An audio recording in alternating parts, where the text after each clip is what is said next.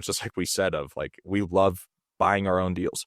But regardless of where you're at, you should be putting something aside, automatically, and putting yourself in a good cash position to be able to start taking down some of those deals. So it's like it's a little dance you have to do and have to balance. But like, when you're right at the beginning, just starting to make money, like, you should figure out on how to make more money before like jumping into a rental property that's not going to make you a lot.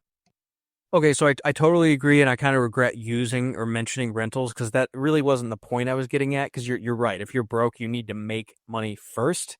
What I was trying to get at is really, I'm thinking about where I'm at now, where you're at now, where a lot of people I know are at, and staying busy all the time, right? I could have more of these builds going. I could have potentially one of those subdivide projects we've talked about so many times with modular homes put on it, right? I could have that in process if I had taken the time to put together the pieces and parts to do some of those larger projects, but I haven't. And so when opportunities have come around to do them, I wasn't ready to execute.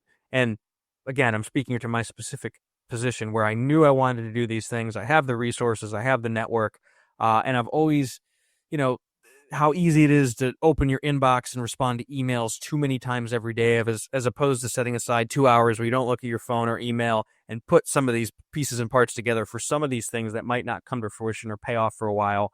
And you might have a different version of this in your business. So I wasn't necessarily talking about investing, because if you're broke, don't worry about investing. But if you're new and you're just making money, it could be setting aside an hour to set up a website and have a logo made and getting your Google business profile set up. This is something I didn't do for way too long. So you can start getting reviews. Something that isn't going to pay off a lot now, but in 3 years, and you have 40, 50, 60 reviews, might be a huge windfall. So there's an example outside of investing of what I mean.